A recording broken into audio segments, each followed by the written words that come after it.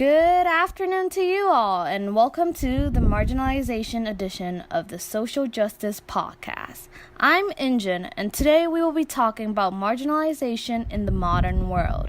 To help us with that, we have a very special guest who will be sharing a personal story. So please welcome Ms. Kim San-tun.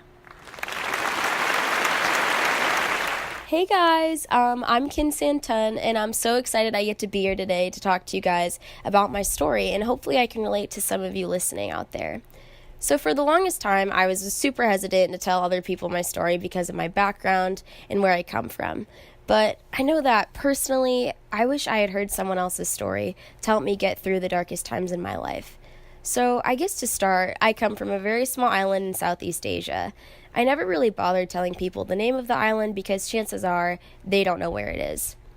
I was born and raised there, but in my teenage years we moved to the U.S. with my parents and my younger brother.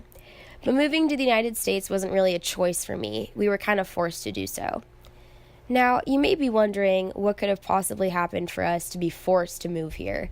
And it wasn't like there was a war or a natural disaster that displaced us. We were forced to move because of who I am.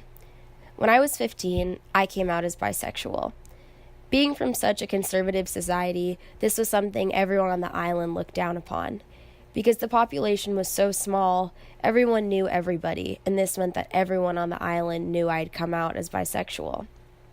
And to them, there was something wrong with me. I wasn't allowed to go to events.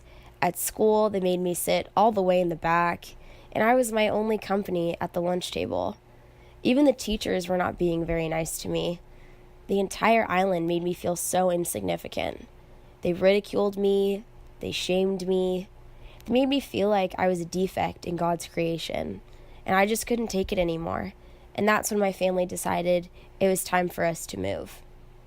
And here in the United States, I feel so alive. I've met so many people like me and people who have been accepting of who I am. I've been to so many LGBT events, and there have been so many achievements in this community in just the past few years. That makes my heart so happy. I know that there's been a lot of talk since Trump won the presidency, and people are confused about what this means for the LGBT community. But honestly, I'm not too worried about it. Despite my past and the things that I've experienced, I still have faith in humanity.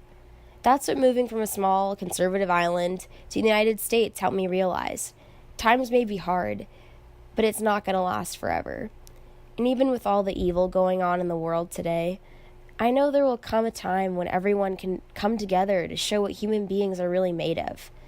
We, as humans, are made to love and to be loved. I do believe that love trumps hate. And at the end of the day, no matter what, love really does win. This episode is brought to you by allequal.com. All Equal is a clothing brand by Isabel Wonderland. All Equal sells apparel with messages that promote equality and are designed by top-notch designers from all around the world. All Equal specializes in t-shirts but also sells sweaters, hats, socks, and other accessories. For more information, visit allequal.com.